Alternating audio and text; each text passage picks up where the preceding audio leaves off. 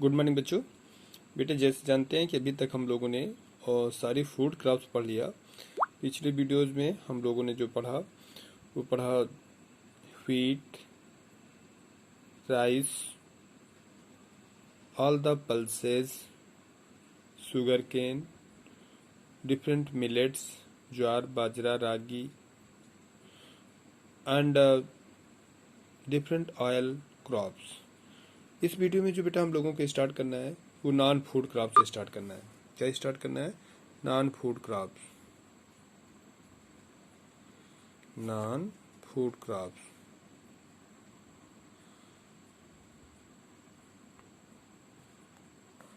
जो हम लोगों को पढ़ना है वो नॉन फूड क्रॉप से स्टार्ट करना है। तो नॉन फूड क्रॉप्स में क्या क्या आता है बच्चों? नॉन फूड क्रॉप्स में जो आप लोगों को पढ़ना है उसमें से आप लोगों को जो टॉपिक है वो है rubber,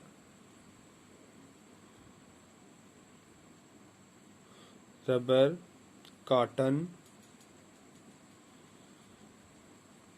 cotton, jute,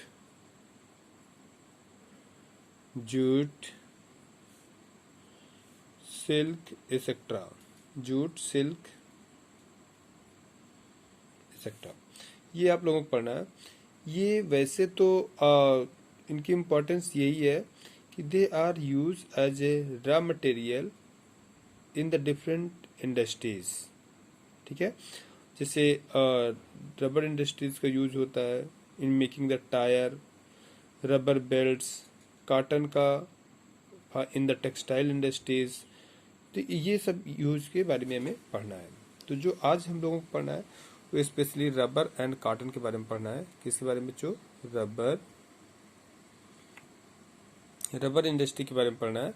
rubber crop के बारे में पढ़ना है। रबर क्रॉप्स, ये रबर क्रॉप्स नहीं होती बेटा, रबर प्लांटेशन होता है।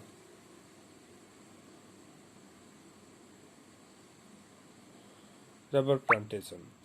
तो अगर रबर प्लांटेशन देखा जाए कि व्हाट इज रबर प्लांटेशन, तो rubber is growing in very large area. Growing of rubber plants, इसको कैसे हम डिफाइन करेंगे? Growing of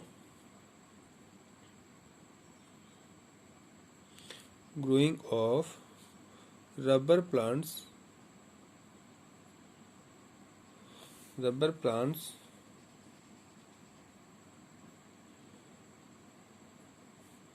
in a large area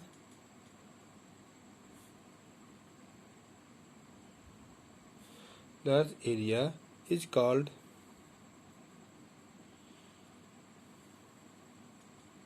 rubber plantation.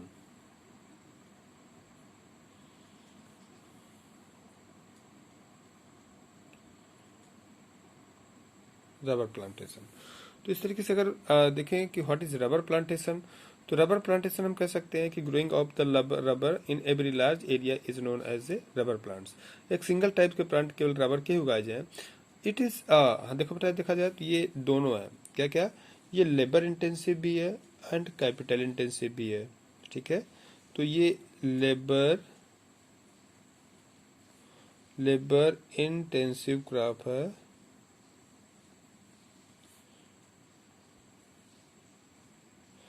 Labour intensive crop है as well as capital intensive. क्या बेटे?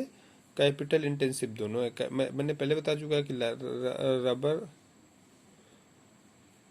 Capital intensive. आप लोग जानते हो कि रबर कैपिटल इंटेंसिव का मतलब होता है इट रिक्वायर्ड द मतलब कंपेरेटिवली काफी large amount of money to perform this agriculture activity. Basically processing is done in factories. इसका जो यूज होता है वो फैक्ट्रीज में यूज होता है। इसका पूरा प्रोसेस जो होता है आफ्टर प्लांटेशन के बाद, मतलब इसका जो रॉ मटेरियल के बाद जो इसका प्लांट पूरा प्रोसेस होता है वो फैक्ट्रीज में होता है। फैक्ट्रीज में इसकी एक्टिविटी होती है और ये डिफरेंट डिफरेंट चीज़ों के प्रोडक्शन में यूज किया जाता है। अगर बेटे 2010-11 डेटा के हिसाब से देखा जाए, किस डेटा के हिसाब से? 2010-11 के डेटा के हिसाब से देखा जाए तो India is the fourth largest producer. Data के हिसाब से India fourth largest producer of rubber है। क्या है बेटा? Fourth largest producer of rubber. Rubber के प्रोडक्शन में फोर्थ लार्जेस्ट प्रोड्यूसर इंडिया की जो रैंक आती है वो fourth largest producer of rubber है इन द वर्ल्ड। इंडिया में कौन कौन से स्टेट में इसका ज्यादा प्रोडक्शन किया जाता है? तो इंडिया में बेटे Kerala is the largest producer of rubber. Kerala, Tamil Nadu, Kerala, Tamil Nadu,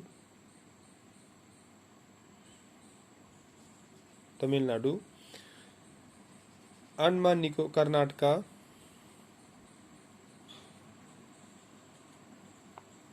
Karnataka, Andaman Nicobar island,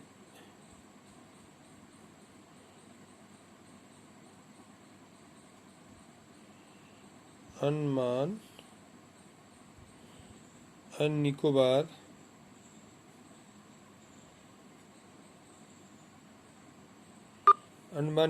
island,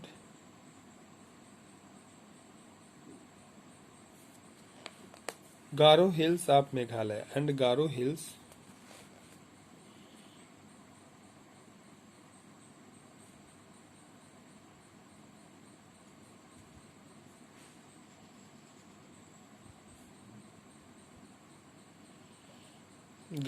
of Meghalaya.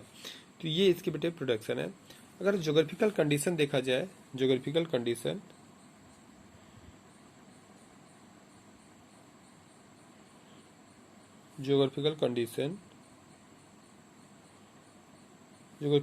देखा जाए तो बच्चे it is under the tropical and सब ट्रॉपिकल कंडीशंस में उगाया जाता है।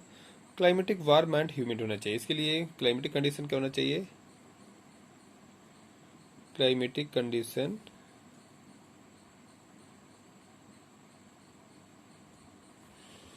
Warm and humid climatic condition की जरूरत होती है। Warm and humid climatic condition it required. और इसके बारे में अगर देखा जाए बच्चों कि इसके लिए रेनफॉल, टेम्परेचर की बात करें, अगर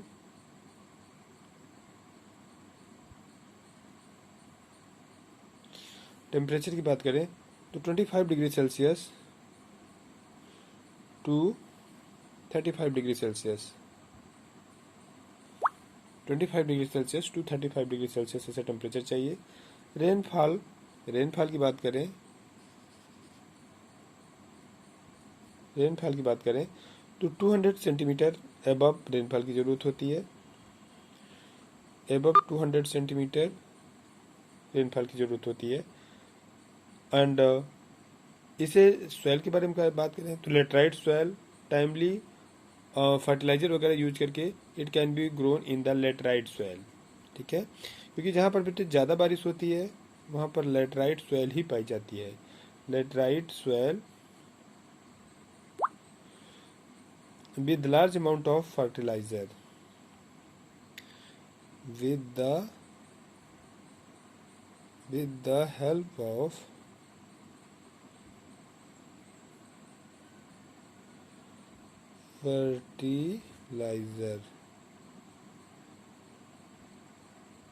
fertilizers। ये इसके बारे में बेटे रबर प्लांट के बारे में हो गया। अब इसका यूज जानते हैं, हमारी डे टू डे लाइफ में लार्ज अमाउंट में है। रबर का यूज तो बढ़ता ही जा रहा है लाइफ में। अब इसके बाद बच्चों हम फाइबर क्रॉप्स के बारे में आएंगे। तो अब हम आएंगे फाइबर क्रॉप्स।